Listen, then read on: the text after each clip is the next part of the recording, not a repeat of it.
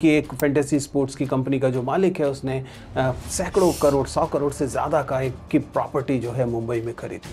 लेकिन सवाल ये है कि पैसा तो माना ये जा रहा था ना कि जीतने वाले के पास जाने वाला था, ये लॉटरी चलाने वाले के पास कैसे चला गया? इसको थोड़ा सा गंभीरता से समझिए, क्योंकि जिस समाज में, और I am making a point here, जिस समाज में निराशा ज़्यादा बढ़ती जाती है, उस समाज में इस किस्म के किस्मत पर आधारित युवाओं को यह गलतफहमी कैसे है कि आप कहीं 30 रुपया लगाएंगे और आपको 1 करोड़ रुपया, या 50 रुपया लगाएंगे आपको 1 करोड़ रुपया मिलेगा, और अगर मिलेगा भी तो वो कहाँ से आएगा? हम इस विवाद में नहीं जाते फिलहाल कि ये गेम ऑफ स्किल और गेम ऑफ लक वाली जो ड्युअलिटी है, इसके बीच का जो अंतराल है, उस पर ध्यान देना चाहिए कि नहीं देना चाहिए। नमस्ते दोस्तों, प्लीज़ सिट डाउन में आपका स्वागत है। आपके पास वे सारे विज्ञापन तो पहुंच ही रहे होंगे जिसमें आपसे कहा जाता है कि आप 50 रुपये, 30 रुपये, 100 रुपये लगाइए और फिर आपके पास अवसर है लाखों, शायद करोड़ों रुपए जीतने का। हैरानी की बात इसलिए नहीं है क्योंकि एक समाज के तौर पर हमारे यहाँ इस तरीके के खेलों में शामिल होने और उनमें बर्बाद होने का एक बहुत पुराना इतिहास है। आखिर युधिष्ठिर बैठे थे इसी किस्म के एक खेल के लिए और वे एक एक कर सब कुछ हार गए थे, यहाँ तक कि अपनी पत्नी को भी। तो हम एक समाज के तौर पर इस तरह के खेलों, इस तरीके के जुए, इस तरह की गैम्बलिंग को लेकर ना जाने क्यों पहले से ही एक ऐसा समाज है जो मानो तैयार है। मुगल पीरियड में हम लोगों ने देखा, अगर आप जाएं अकबर के महल में फतेहपुर सीकरी, तो वहाँ आपको बाकायदा चॉपर बना हुआ दिखाई देगा, जिसका मतलब है कि भारतीय समाज में एक्सेप्टेंस रहा है इस किस्म के जुए को लेकर। बस अंतर यह है कि अब यह ऑनलाइन खेले जाने लगा है, क्योंकि जब अंग्रेज भारत पहुंचे और उन्होंने 1867 में पब्लिक गैम्बलिंग एक्ट बनाने की कोशिश की, जो कि उस किस्म की एक नैतिकता के तहत था, जिसमें ये उम्मीद की जा रही थी कि ये बुरी चीज़ें हैं, इन पर कंट्रोल किया जाना चाहिए। और मज़ेदार बात है कि यही 1867 का एक्ट ही अभी तक हमारे यहाँ गैम्बलिंग को, जुए को रोकने के लिए इस्तेमाल होता है, जो कि डिजिटल बैटिंग पर बहुत कारगर है नहीं, आप जानते हैं। तो आज हम ये समझने की कोशिश करेंगे कि भारतीय समाज में आजकल युवाओं में खास तौर पर ये जो एक नए किस्म का नशा, ऑनलाइन गेमिंग, ऑनलाइन बैटिंग, ये जो एक पूरा हम देख रहे हैं कि फिनोमिना पैदा हुआ है, उसे लेकर जो युवा शामिल हो रहे हैं, उसे क्या नुकसान हो सकता है और इसका क्या मूलतः मतलब है। पहले फैंटेसी स्पोर्ट्स को समझने की कोशिश करते हैं। अभी हाल में खबर आई थी कि एक फैंटेसी स्पोर्ट्स की कंपनी का जो मालिक है उसने सैकड़ों करोड़, 100 करोड़ से ज़्यादा का एक की प्रॉपर्टी जो है मुंबई में खरीदी।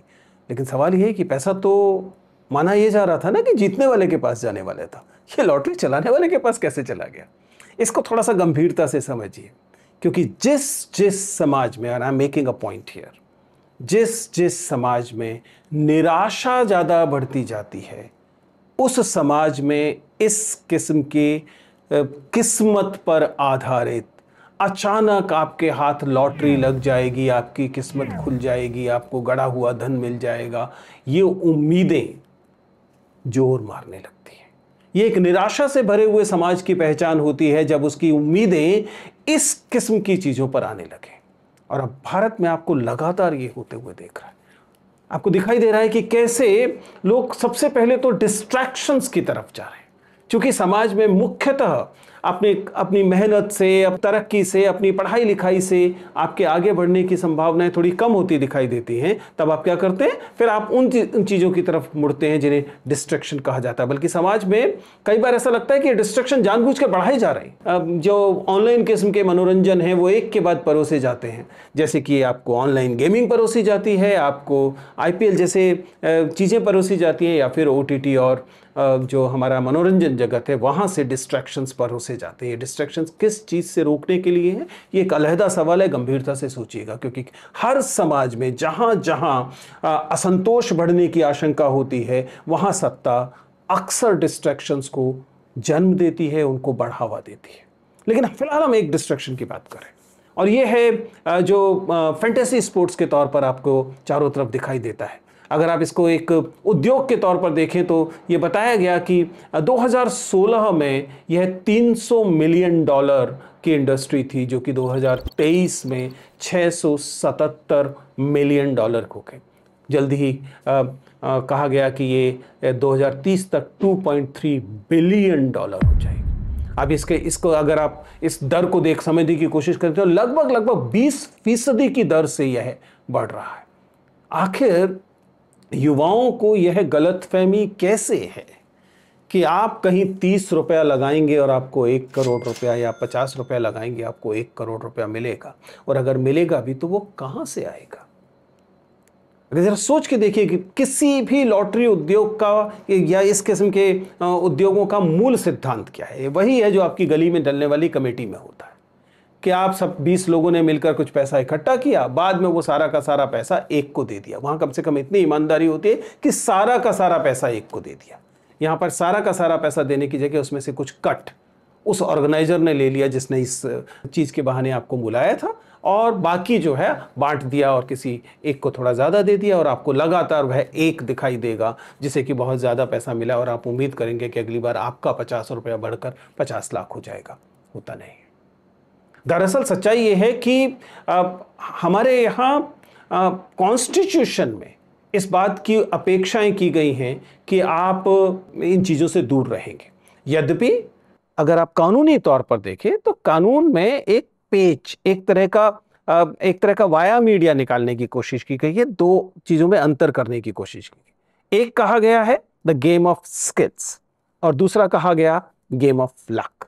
गेम ऑफ लक को माना गया कि ये गैम्बलिंग है, ये जुआ है, इसलिए ये नहीं होना चाहिए, या फिर अगर हो तो इस पर बहुत ज्यादा टैक्स लगाकर इसे रेगुलेट करने की कोशिश की जानी चाहिए। लेकिन जो गेम ऑफ स्किल है उसके लिए कहा गया ये अलाउड है। अब गेम ऑफ स्किल क्या है? गेम ऑफ स्किल है कि मान लीजिए आपसे कहा गया कि आप एक काल्पनिक तरीके से एक टीम बनाएंगे, और वह टीम जो एक्चुअल परफॉर्मेंस है उसकी तुलना में कैसे करेगी। या घुड़सवारी के साथ भी ऐसा ही करने की कोशिश की गई थी। आप जानते हैं कि जब रेस गैम्बलिंग होती है उसमें भी ऐसा ही किया जाता है, उसे भी कहा गया कि ये गेम ऑफ स्किल है। हम इस विवाद में नहीं जाते फिलहाल कि ये गेम ऑफ स्किल और गेम ऑफ लक वाली जो ड्युअलिटी है, इसके बीच का जो अंतराल है, उस पर ध्यान देना चाहिए कि नहीं देना चाहिए। हम ज्यादा गंभीर सवाल उठाने की कोशिश करते हैं, और वह सवाल यह है कि भारतीय समाज का इनके प्रति झुकाव या लगाव इतना ज्यादा क्यों बढ़, क्यों करोड़ों युवा, क्योंकि जब तक करोड़ों शामिल नहीं होंगे तब तक वह बड़ी प्रॉपर्टीज इन फैंटेसी गेम के मालिकों की नहीं बन पाएगी। तो ये जो करोड़ों युवा हैं, ये इस ओर आकर्षित कैसे हो पाते हैं? कैसे एक के बाद एक वे रोल मॉडल्स, जिन्हें आप इन्फ्लुएंसर्स कहते हैं, जिन्हें आप अपने रोल मॉडल स्पोर्ट्समैन कहते हैं, वे लोग जिनकी तरफ आप आदर्श की तरह देखते हैं, मॉडल्स हैं, सोशल मीडिया के इन्फ्लुएंसर्स हैं, स्पोर्ट्स पर्सन हैं, और फिल्म स्टार्स हैं, वे सब के सब आपको क्यों आकर्षित करने की कोशिश कर रहे हैं इस एक अलग किस्म की जुएबाजी की तरफ? क्यों आपको यह भ्रम दिया जा रहा है कि आप बिना कुछ किए एक छोटी सी राशि लगाकर अगर आप बैठ जाएंगे तो कोई और जो वास्तव में खेल खेल रहा है, जो वास्तव में क्रिकेट के ग्राउंड पर है या वास्तव में किसी जगह पर खेल रहा है, वो आपके लिए इतनी बड़ी धनराशि जीतकर आपको देगा, क्योंकि वह उस अनुसार अपना खेल खेलेगा जिस अनुसार से आपको अंततः लाभ होगा। खैर, उन सब लोगों का अपना रोजगार है, उन सब लोगों के पास अपने संसाधन है जिसके तहत वो ऐसा कर सकते हैं, उनको ऐसा करने का हक भी है। लेकिन क्या आपको यह जो गोरख धंधा है इस पर ध्यान से देखना चाहिए कि नहीं देखना चाहिए? क्या वास्तव में युवाओं को इस मोह में, अब अलग अलग कंपनियां हैं, नाम लेने की जरूरत नहीं, लेकिन कुल मिलाकर मूल सिद्धांत वही है। सिद्धांत यह है कि आप यह मानकर चलिए कि रातों रात अमीर हुआ जा सकता है। आप यह मानकर चलिए कि जुएबाजी वास्तव में एक वैध तरीका हो सकती है। ये आपका इन चीजों में शामिल होना वास्तव में एक वैध तरीका हो सकता है रातों रात अमीर होने का। दरअसल रातों रात अमीर होने की कोई संकल्पना होती नहीं। मैं मान रहा हूं, बार बार हम कह रहे हैं कि हाई कोर्ट्स ने ये कहा, 2017 का स्टेटमेंट है जिसमें कहा गया कि ड्रीम्स 11 जो है वो लीगल है। सुप्रीम कोर्ट ने कहा कि आर्टिकल 91 जी के तहत इस बात की गुंजाइश छोड़ी जा सकती है कि इनको स्वीकार किया जाए। लॉ कमीशन ने भी इस बात को कहने की कोशिश की कि प्रोहिबिशन जब किया जाता है, जब रोकने की कोशिश की जाती है, जब बैन करने की कोशिश की जाती है, तो चीजें अंडरग्राउंड चली जाती है। और ऐसा हम देखते हैं, ये ऑनलाइन बैटिंग के लिए भी देखते हैं। भारत में ऑनलाइन बैटिंग उस तरीके से नहीं दिखाई देती, लेकिन हम जानते हैं कि अंतर्राष्ट्रीय प्लेटफॉर्म्स हैं और ऑनलाइन की दुनिया में फिर उसके बाद कोई अंतर नहीं रह जाता। आप ऑनलाइन प्लेटफॉर्म्स में वास्तव में टिकटें खरीद सकते हैं ऑनलाइन तरीके से, और फिर आप उसमें जीतने की संभावनाएं देख सकते हैं। लेकिन सच्चाई ये है कि ये सारे के सारे जो रास्ते हमें युवाओं के बीच दिखाई दे रहे हैं, ये उस नशे की तरह है, उस एडिक्शन की तरह है, जो एडिक्शन आपको आपकी मूल समस्याओं से दूर ले जाने की कोशिश करता है। सरकार के पास रेगुलेशन से टैक्सेस पहुंच सकते हैं। वो कह सकते हैं कि नहीं, ये चूंकि बैटिंग थी इसलिए हम 30% टैक्स लेंगे। सामान्य स्थिति में हो सकता है कि वो कहें कि नहीं, 18% या 20% लेंगे, या सरकार जो है और रेगुलेशन की कोशिश कर सकती है। मैं सरकार की तरफ उम्मीद की निगाहों से नहीं देख रहा हूं। मैं ये कह भी नहीं रहा हूं कि आप इनको बैन कर देंगे तभी ये चीज खत्म होगी। मैं सवाल उठा रहा हूं कि भारतीय समाज में ऐसा क्यों हो रहा है कि इनके प्रति आकर्षण बढ़ रहा है। रोमन साम्राज्य में जिस समय स्थितियां खराब थीं, उस समय ग्लैडिएटर्स के युद्ध के साथ यही होता। ग्लैडिएटर्स के युद्ध के तौर पर एक नशा परोसा जाता था आम रोमन जनता को, और रोमन जनता जो है डिस्ट्रैक्ट होकर अपने राजनीतिक सवाल, सामाजिक सवाल नहीं उठाती थी। बिल्कुल ऐसा ही हम अमेरिका में होते हुए देखते हैं फुटबॉल के साथ, ऐसा ही भारत में होते हुए देखते हैं क्रिकेट के साथ, और आजकल हम देख रहे हैं इन ऑनलाइन गेमिंग जैसी चीजों के साथ। किस चीज से आपका ध्यान भटकाया जा रहा है? एक शिक्षक होने के नाते मैं गुजारिश करता हूं, इस नशे से परे देखने की कोशिश कीजिए, इस स्मोक स्क्रीन से परे देखने की कोशिश कीजिए। दिल ही दिल आप भी जानते हैं कि आपके 30 रुपए से कोई 1 करोड़ रुपए आपको नहीं मिलने वाले, और मिलेंगे भी तो किसी और से छीन कर ही मिलेंगे, उसका क्या लाभ होने वाला है। लेकिन वे कौन सी चीजें हैं जिनकी तरफ देखने से आपको संभवतः रोका जा रहा है? वे कौन सा असंतोष है जिसे दबाने के लिए, जिसे ध्यान भटकाने के लिए आपको इन खेलों में, इन ग्लेडिएटर युद्धों में, इस चौपड़ के गेम में, इस डाइस के गेम में, इस गैम्बलिंग में, इस क्रिकेट के खेल में आपको डुबोया जा रहा है?